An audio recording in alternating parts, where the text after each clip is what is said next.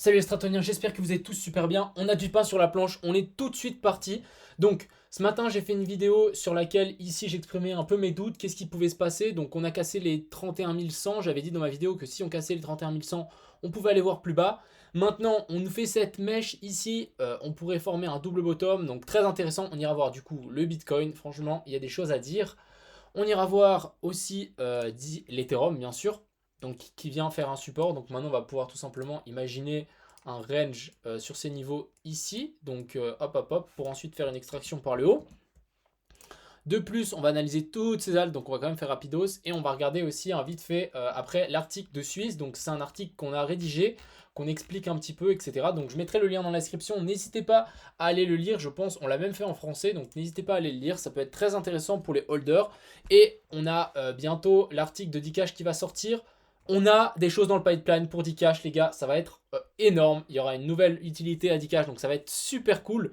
Ça va arriver dans, je dirais, max 2 semaines. Donc, ouais, max 3 semaines. 2 semaines et demie, un truc comme ça. Ça va être super cool. On a une méga annonce à faire. Donc, vous allez avoir des news en tout cas sur les groupes Telegram. Donc, n'hésitez pas à venir. Je pense que le cours reprendra des couleurs. Si on parle du cours, j'aime pas parler du prix. Bref. Donc on est tout de suite parti ici, bon je vais pas le lire, hein, je mettrai le lien dans la description si ça vous intéresse, mais du coup ça c'est un des projets sur lesquels je travaille avec Dcash, donc Dcash qui est un autre projet. Si ici je mets Dcash, est-ce que je vais trouver donc voilà, ça c'est un des autres projets sur lesquels je travaille aussi. Donc, oh punaise. Donc c'est cool, on va avoir des nouvelles choses sur Dcash et du coup la crypto-monnaie elle risque de péter. Donc les deux crypto-monnaies si jamais se trouvent sur Uniswap, je vous en parlerai un peu plus dans les jours à venir. Donc on est tout de suite parti sur le Bitcoin qui nous fait vraiment quelque chose, un scénario compliqué, vraiment compliqué. Avec cette mèche je me dis mais est-ce qu'on va aller voir plus bas? Parce que c'est quand même vachement repoussé. Maintenant on pourrait imaginer ici un double bottom. On peut aussi se dire, alors moi j'avais dit que si on cassait les 31 100, on allait partir par le bas. On est parti par le bas, mais maintenant on se fait repousser. Est-ce que on viendrait pas faire en tant que, si je vais juste, désolé mais c'est un peu vraiment, c'est très très intéressant je trouve. Si on tire juste cette trendline ici sur cette, mais non, ici voilà. Donc en fait ça colle tip top ici et en fait est-ce que on ferait pas, on aurait cassé ce triangle rectangle à la baisse. Et maintenant, on ferait un retest pour aller plonger plus bas. Première hypothèse. Deuxième hypothèse, on nous forme un double bottom ici. On piège tous les gens qui achètent le breakout, qui achètent le retest. Ici, on vient retester la structure. Les gens short en masse et en fait, on les piège. On piège tous les gens qui sont arrivés ici et on n'ira pas plus bas. Et de même, les gens qui sont rentrés en long, ils ont vu ça, ils se sont dit ouais c'est bon je sors, ils sont sortis, ça se trouve en perte sur cette mèche. Et pour je dis les longues en trading, hein, pour les gens qui font du DCA et investissement, c'est des prix excellents ici pour moi d'acheter en plusieurs parties. Bref, revenons. Donc plusieurs choses ici très intéressantes à noter. Donc soit retest, soit gros piège et on part par le haut en piégeant un maximum de shorters dans cette zone ici. Ou soit vraiment on fait le pire scénario, on vient là, on remonte, on traverse cette trendline ici, les gens achètent et ensuite gros dump. Oh là là, ça serait tellement, je dirais bâtard. On piège les gens ici, ils short, on monte en haut, ils vendent là-haut, ils long, boum. Bref, il y a quelque chose, il y a moyen de faire mal ici aux gens qui tradent. Donc attention, moi je veux vraiment attendre des vraies confirmations du volume, etc. On a quand même eu pas mal de volume ici, je pense qu'on a dû liquider beaucoup de gens. On va suivre ça avec intérêt, mais le drop, le drop n'est pas à sous-estimer et le piège n'est pas à sous-estimer non plus. Donc on va suivre ça avec intérêt. Ethereum qui est beaucoup plus bull. Ah d'ailleurs, je voulais juste voir un truc sur le Bitcoin. Il y a quelqu'un qui m'a dit retourne donc si on fait 0 moins, retourne la chart et tu verras une énorme tasse épaule, tête-épaule. Donc ici on a pas une épaule, tête-épaule, une tasse et une tasse séance. Donc, oh punaise, j'avoue, mais c'est clairement boule, hein. Donc j'ai mis la chart à l'envers, ce qui veut dire que si ça monte, ça veut dire que ça descend sur le vrai Bitcoin. Donc ici on peut clairement voir un double bottom. Ensuite, ou même faire ce genre de choses. Ici, tac, tac, et ensuite pousser par le bas. Donc merci à toi pour cette analyse qui est très pertinente. Donc là, on aurait vraiment... Si vous voyez cette charte et vous savez pas que c'est le Bitcoin, vous en pensez quoi? Boule ou pas? Pour moi, c'est clairement boule, hein. C'est ouf. Donc si c'est boule, les gars, ça veut dire que c'est bear sur le vrai Bitcoin. Vu que là, on a mis la charte à l'envers. Et on pourrait tout simplement estimer, si on peut prendre la hauteur ici et la reporter là. Donc ça nous ramènerait sur les 20 000 $. On reviendrait sur ces anciens supports ici. Donc, why not? Aïe, aïe, aïe, punaise. Franchement, c'est très compliqué en ce moment. Donc vraiment, on pourrait... Ah non, non, merde, je me trompe. Même ici, quoi. Revenir sur l'ancien ATH du Bitcoin. Donc, boum. Revenir là-dessus. Donc, ça nous ferait un drop. Si on prend ça, ça nous ferait un drop de encore 30%. À voir, hein. Ça, c'est peut-être le pire des scénarios. Mais intéressant de m'avoir partagé ceci. Merci à toi. Je pense que ça a dû mettre beaucoup de gens dans le doute. Maintenant, désolé. Bon, revenons à nos moutons. Donc ici, le Bitcoin à suivre. Mais donc si on reste sur nos plans, on a cassé ce triangle rectangle. Break par le bas. On revient faire un test sur cette résistance horizontale. Et maintenant, on repartirait par le bas. Ou ici, avec cette grosse mèche, on peut vraiment imaginer un méga vraiment genre un V-bottom. Et là, on nous ferait notre gros W. Pourquoi pas? Ensuite, l'Ether qui me paraît plus ou moins bullish, mais encore dans un range, hein. Il est un peu encore rangy, on va dire.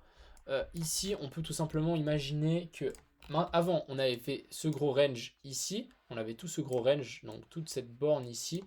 Maintenant, on ne vient pas plus bas. Maintenant, on pourrait très bien imaginer un range dans cette zone ici. Donc, on va continuer peut-être à ranger. Si on regarde par rapport au Bitcoin, hop, on va juste analyser les deux. Donc, si ça veut bien charger, hop, on va prendre le Bitcoin ici. On va aller chercher son ancien ATH. Non, on va pas prendre celui-là. J'essaie de faire rapidos. Ah bah non. On a eu une petite zone de stagnation. Regardons les deux. Ouais, donc ici, on serait peut-être dans cette zone-là. Mais il me semble qu'on avait vu, j'avais vu ça autre part. C'est vraiment, on fait un double bottom, après stagnation ici, et on repart. Mais je pense que ça doit être ici en 2017. Ouais, ça c'est la bonne charte, ça c'est sûr. Ouais, voilà. Genre exactement ça. Ouais, c'est pas totalement exactement la même chose, mais ici on aurait le premier dip, deuxième dip, premier dip, deuxième dip, même si celui-là il est voilà. Ensuite un petit pump, et là vous voyez stagnation. Donc ici on pourrait imaginer la petite stagnation pour ensuite repartir. On va suivre ça aussi pour l'Ethereum qui me semble tout à fait bullish ici. Pour l'Ether. Donc maintenant on va suivre, je voudrais vraiment voir une cassure franche par-dessus cette zone là, ça serait vraiment ouf et ça me ferait vraiment plaisir on va dire, faire vraiment ce genre de choses. Donc on pump, on revient tester et on repart. Oh là c'est parti vers les 3000 $ pour un Ether easy. Voilà, je pense qu'on a fait le tour pour le Bitcoin et l'Ether. Maintenant on va parler à toutes ces alts, donc on va faire rapidos comme ça vous perdez pas trop de temps. Donc ici on a Algo qui pour l'instant résiste sur cette résistance, donc c'est très bien. Maintenant peut-être on va continuer à ranger là-dedans. Si le Bitcoin part par le bas, je pense que pour Algo on pourra viser ici les 50 centimes. Mais tant qu'on reste là-dedans, franchement on est dans un range. Ensuite on a CHSB, donc la monnaie de Swissborg qui nous a fait un super pump qu'on a vu, on a regardé ça hier. Donc maintenant on devrait attendre un retest sur ces anciens tops ici pour potentiellement en acheter. Je pense que j'achèterai pas trop là-haut, même je sais que c'est un super projet et qui peut monter super haut, mais on va tout simplement attendre un retest pour potentiellement mettre des billes et pour recharger. Ensuite, on a GVT. Oh, une ancienne position en moi ça. J'avais pris combien? 178%, pas mal. Donc, on va juste supprimer ça. Hop. On va passer en weekly, je pense, pour un peu limiter toutes ces méga mèches. Ah ouais, voilà. Donc ici, c'est un peu plus visible. Tout simplement, ici, on voit qu'on est revenu sur cet ancien support en tant que résistance. Maintenant, on se fait repousser une deuxième fois. Je voudrais bien le voir pour que ça soit vraiment bullish. Revenir faire un tour sur la zone ici des 1,60. Si on y vient, je pense que ça sera une excellente zone d'achat pour du GVT. Et ensuite, faire vraiment tac, tac, tac. Et là, ça sera let's go! Ensuite, on a Link. Désolé, je suis un peu excité par rapport à Dcash. D'ailleurs, même toutes les cryptos là, parce que c'est très très intéressant ce qui se passe. Je suis fasciné, désolé. Donc ici, on a Link. Link qui vient mécher son ancien support. Donc c'est plutôt mauvais signe ici. Donc vraiment, on pourrait très bien imaginer revenir sur cette zone ici des 18 et des brouettes. Peut-être nous faire quelque chose comme Link. Donc peut-être on aurait trouvé un range ici. Comme Ethereum, excusez-moi. Et si on drop, voilà, vraiment retrouver la zone des 18, retrouver sur cette EMA 200 ici en 4 heures me semble super. Ensuite en Matic, Matic qui est vraiment on fire. Donc Matic, on a cassé les gars, vraiment, et les filles, désolé, j'ai tendance à vous oublier des fois, alors que je devrais pas. Mais ici, on a cassé ce range, donc vraiment Matic, là pour moi, ça va vraiment être to the moon, ça va partir, mais violent. On est, pour l'instant, on est revenu, alors, regardez, je vous avais dit, on est revenu mécher ce sommet, donc vraiment pile poil, donc on va tirer un trait. Il suffit d'attendre, hein. Vous attendez que ça pète et vous mettez des ordres sur les anciens sommets, pas de souci. Vous allez à chaque fois être dans le train. Maintenant, pour les gens qui ont raté cette mèche, attendons, peut-être faire ceci et repartir. À voir, ça dépend, je pense, du Bitcoin. S'il baisse un peu, peut-être Matic descendra pour venir chercher tous ces anciens tops qui vont me sembler totalement pertinents. Ensuite, on a NMR, donc je ne connais pas du tout. Il y a des cryptos que je ne connais pas sur Binance, c'est marrant. Déjà, j'ai envie de tirer cette petite trendline ici. Hop. Et puis, j'ai l'impression qu'on vient de casser un gros support là. Donc ici, on avait un gros support. On est en train de le break par le bas. Donc, prochaine zone pour moi, peut-être les 24 $. Et si on vient vraiment plus bas chercher le bottom, donc les 22. Mais vraiment, attendons les confirmations. On pourrait même faire une plus grosse ici. Un plus gros triangle qui serait un peu plus long et un peu plus lent, chiant à casser. Ensuite, on a ONT. Donc, ONT, on est revenu sur un point pivot ici. On a cassé cette trendline ici. Donc, on l'a pété. On revient faire support dessus. Et on revient mécher en fait cette zone des 52 centimes qui me paraît être un assez gros support. Ici, si on vient chercher plus bas, ça risque de dégueuler un certain prix, un certain bout encore. Donc, je mettrai ici. Donc, vraiment cette zone, donc la zone des 45 centimes. Ensuite, on a PNT que je ne connais pas du tout non plus. Ça, je trouve ça intéressant. On pourrait ici nous imaginer un petit W. Ensuite, on pourrait aussi imaginer... ouais, on s'est fait repousser hein, sur ces sommets ici. On s'est fait repousser. Mais on pourrait tout simplement imaginer ici un petit triangle des familles. Même un triangle isocèle. Pas isocèle, mais symétrique, on va dire. Quelque chose comme ceci, ouais. Donc pour l'instant, on se fait repousser. Si on arrive à le choper sur la borne basse ici des 37 centimes, ça me paraît optimal.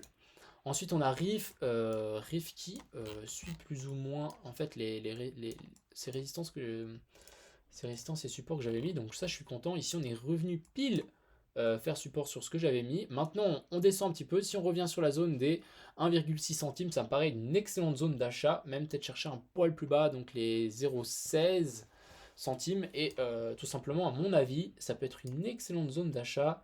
Si on vient chercher ici mon petit... comment dire, Fibo. D'ailleurs, vous savez quoi, je vais prendre sur les bougies à partir de maintenant, ça me paraît beaucoup mieux. Donc voilà, on aurait déjà les 0,382 ici sur les 0,17 et chercher les 0,618 un peu plus bas, donc sur les 0,13. Ensuite, on a RFI contre l'Ether. Donc, il est en train de slider cette EMA 200. Donc, c'est plutôt optimal. On va dire, c'est plutôt pas optimal, mais plutôt encourageant. Voilà, je cherchais le mot, excusez-moi. Et en plus, ici, on pourrait nous imaginer une petite résistance. Donc, intéressant ici pour RFI. Ouais, voilà. On pourrait sans doute pousser plus haut. J'ai l'impression que ça me fait un peu penser à la courbe de Dcash et de Suisse, vraiment une descente comme ceci, et avant de repartir vers le haut. Donc intéressant. J'ai hâte que Suisse et Dcash surperforment l'Ether, ça va être super. Ensuite, on a TRB qui essaie de nous revenir dans ce canal. Ici, on avait fait, regardez, un petit retest de ce W, donc plutôt pas mal. Ici, plutôt pas mal. Et maintenant, on est en train de slider à l'intérieur ce canal. On se fait pousser par cette grosse support ici sur les 30 $. Prochaine zone intéressante, ça sera vraiment de le casser. Vraiment de faire quelque chose comme ça. Et là, ça pourrait être très très intéressant. Ensuite, on a Troy. Donc Troy, oula. Troy, c'est très intéressant. Je suis pas revenu sur la chart, hein, j'ai pas regardé les charts avant. Ici, on est en train de revenir pile sur cette zone. Ici, donc grosse zone de support. On est revenu pile dessus. Donc, les gens qui m'avaient écouté, je pense qu'on arrive pile sur la mèche ici. Donc, intéressant sans doute de prendre position pour ensuite viser, en tout cas, chercher le sommet par là-haut. Donc, un petit 150% sans problème. Ensuite, on a Uni. J'espère que vous avez gardé vos Uni, les gars, parce que moi, j'ai dit hein, 20 dollars en 2021. Et les gars, on est déjà à 15. Hein, je veux rien dire, mais on avance très très vite. Ici pour Uni, on a vraiment tout cassé. On pourrait imaginer, donc maintenant, on aurait cette vague qui serait terminée ici. Ouais, franchement, c'est compliqué cette vague d'Elliott ici. Juste envie de tirer un truc à partir de là. Juste voir combien on est venu corriger. Oh, on est vraiment venu corriger très très faiblement. Bon, bah on va laisser pousser, hein, vous savez quoi, je vais juste enlever ça, je me repencherai dessus, prochaine analyse, donc je vais regarder ça, je vais essayer de me pencher dessus pour me faire une petite analyse assez correcte, entre ici et puis ici, donc là on arrive sur les...